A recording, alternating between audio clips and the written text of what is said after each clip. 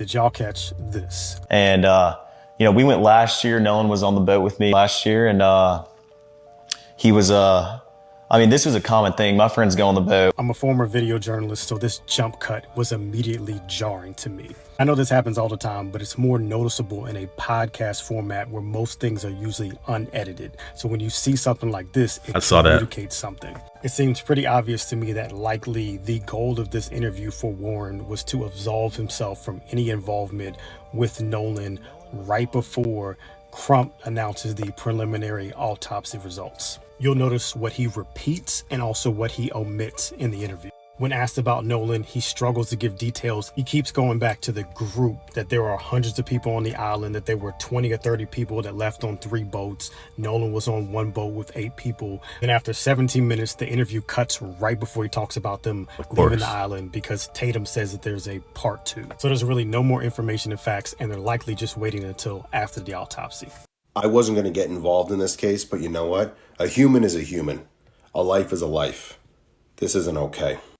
This is not okay. He conducted and presented this report on July 19th, 2026. Preliminary report, second autopsy, death of Nolan Xavier Wells. Cause of death, undetermined, pending investigation. Undetermined. And we'll explain that as we go through. What's the next one? The manner of the unaliving. This morning.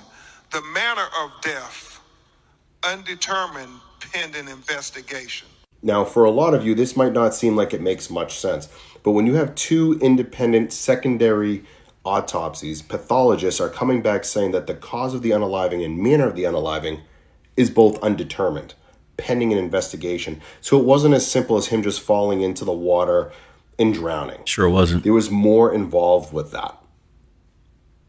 It's time to cover this case. Preliminary results from Nolan Wells' independent autopsy are in, so what do they say and what do they mean? I'm a forensic scientist and a former CSI. Let's go through it. There is a lot to unpack here. I know there's going to be a lot of questions. I also know there's going to be a lot of misinterpretation of what's contained in this, so I want to try to stave that off. As this press conference was unfolding, people in the audience were screaming and gasping in response to things that were being said, and I think those reactions were because they didn't understand. Now, what was actually said was pretty much what I thought was going to be said, which was that the manner of death was undetermined, and the cause of death was also listed as undetermined. So this physician didn't go as far as saying it was drowning. He said undetermined. Both of those are pending investigation, which means that this physician is unable to determine how and why Nolan Wells died without more information. That is not surprising. There was also some mention of some redness in the back of Nolan's head. I know people are going to say there was an injury to the back of Nolan's head. That is not correct. Before I get into all of the findings, I do want to mention the moments where people were gasping or screaming. And the first moment came when Attorney Crump was reading from this preliminary report,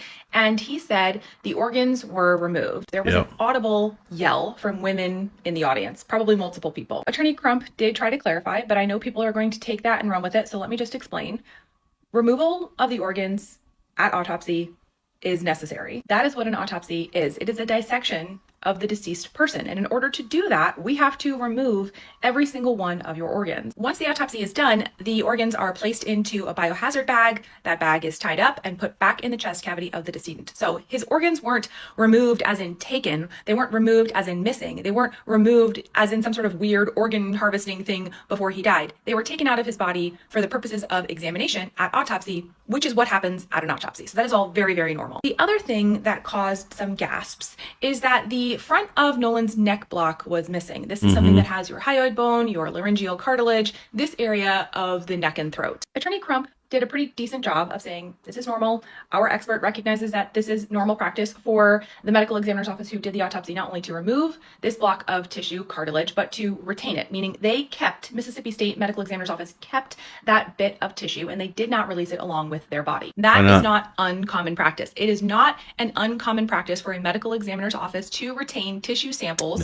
from people that they autopsy. Send the body, send everything. Part of the neck, especially when there are questions if this part of the neck led to that person's death. Obviously, we need to keep that tissue. We need to fix that tissue so it's not going to decompose, and they still have it. I would expect that eventually Dr. Mitchell, who performed the second autopsy, would be able to view it. He would probably have to go to Mississippi, to the state medical examiner's office to view it at their office, because I can't imagine that the ME's office is going to give up custody of that piece of tissue. And by law, I don't think they have to. Why would he have to go to Mississippi? If they turned over the body, it doesn't matter if it's just all bagged up. They're supposed to turn in every bit of his body that's crucial to the investigation. I'm not buying it. No way. I have nothing else to listen to but what she's saying because, frankly, you say it's normal, but like we have other people looking at it. They need to look at everything for an autopsy. This doesn't matter, the throat, not to you because you're not very bright, but hey, that's just your opinion. That's mine. Nolan, I could describe Nolan in a million ways. I mean, Nolan was not just a best friend of me, but he was a brother. I grew up through elementary, middle school, high school, and even our freshman year of college. You know, we talked on the phone all the time. We were really close friends. And I mean, Nolan was like a brother to me. And No, he wasn't. You left him behind. Nolan lit up every room he walked in. He always had a smile on his face. He always had something good to say. I've never seen Nolan get in an argument with somebody and say bad things about someone. You know, there's a lot of people that talk crap nowadays, and Nolan was never that person. Sweetest soul ever. And I mean, I had a great relationship with Nolan. I've never got in an argument with Nolan. Is that why you left him for stranded without his phone out there on the island? Allegedly. You did all that because you respected him and cared for him so much and you had such high opinion of him that you were willing to just go ahead and ditch your friend, that your best friend, something no one on earth would ever do. I'm sorry, kid, you don't make any sense to me. We were super close, and I've never said or will ever have anything bad to say about Nolan Wells. Yeah, and you guys, you said you kind of grew up together. Mm-hmm. Did you know his mom, or how was that? Because I saw in the media where it appears that she may have said, at least I saw in part, that she said as if she didn't know anything to you. What do you mean the front of Nolan's neck was missing? I'm about to explain, but we finally got the independent autopsy report that his family had done, and we got some crazy findings. Trigger warning, but first we found out that Nolan was given back without the front of his neck, stating that during the first autopsy, it was removed by the examiner for further examination. So for a dirty. sheriff department that keeps saying there's no signs of foul play, you guys keeping his neck says a lot. We found out that Nolan might have been hit in the back of the head because they found red discoloration about 12 by 8 inches in length. The examiner also kept his lungs, so again, the independent autopsy was not able to check if he actually drowned or if he had, water in his lungs. Also, the examiner did say they had trouble looking for bruising due to how far the body was decomposing. But the independent examiner says that they are not ruling out foul play, that they cannot determine how he passed away. So basically, we have to wait for the autopsy from the police. The sheriff keeps saying that there's no foul play involved, right? But for your examiner to remove the front of his neck, stating that it needs to be examined further, And not turning in. for y'all to still not be able to tell us if there was water in his lungs or not. Okay. What do you mean the front of Nolan's neck was missing? I'm about to explain, but we finally got the... Yeah, with all those details, it's like they're stonewalling the investigation entirely. Something that's taken well over 2 weeks. Bits and pieces of his body that are extremely important are being left out. They're basically stringing us along, and they're just waiting for the secondary autopsy report to come in. That's what I think, and it's just really sad. Like, this speaks to their character, their intention to protect these potential criminal predator kids. Man, that's what I'm seeing here. It's actually truly disgusting. Bombshell tonight in the tragic death of a young man, Nolan Wells. In the last hours, we learn the contents of a second independent autopsy on Nolan's body. Preliminary report, second autopsy, death of Nolan Xavier Wells. Cause of death, undetermined, pending investigation. The manner of death, undetermined, pending investigation. Making the water even more murky. And the COD, cause of death, and MOD, manner of death. That's from our friends at NAACP. What happened to Nolan Wells? This whole thing is a mess, but Warren, Nolan Wells' friend, has finally spoken publicly for what appears to be the first time in an interview with Officer Tatum. I'm going to go ahead and post a small little clip. And the violence that's your side out here.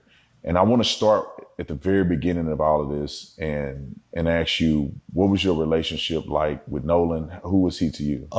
Nolan, I could describe Nolan in a million ways. I mean, Nolan was not just a best friend of me, but he was a brother. I grew up. Okay, what stood out to me most wasn't just what he said. It was more No. about his body language, his tone, his emotion, Not and the way he mine. just carried himself throughout the whole interview. In my opinion, he seemed very mature for his age and well-spoken. To Just me, the way coached. he described Nolan came across as genuine, authentic, calling Nolan his brother, a close friend. He said that they basically grew up from elementary all the way to college together. They didn't become like super close until like middle school or high school. But I got the impression that him and Nolan shared a strong, close-knit bond. He did state that he do not know Nolan Wells' parents personally, but he have met Nolan Wells' father on a few occasions. This entire situation is so heartbreaking and incredibly messy. Like I said, and my heart goes out to the Nolan Wells family. And at this point, if I'm being honest, my heart goes out to Warren and his family as well. I feel like the best thing we could do at this. Okay, I heard enough what you're saying. He saw himself as a brother, right? A best friend, highly respected him, and he had all these nice, incredibly fascinating things to say about Nolan. But yet he leaves him stranded on an island without his phone. And he sounds mature for his age, well-spoken, things like that. What is 2 weeks of being lawyered up can do before an interview? And who's to say that his lawyer is not standing outside the camera? Girl, you don't know what coaching is, do you?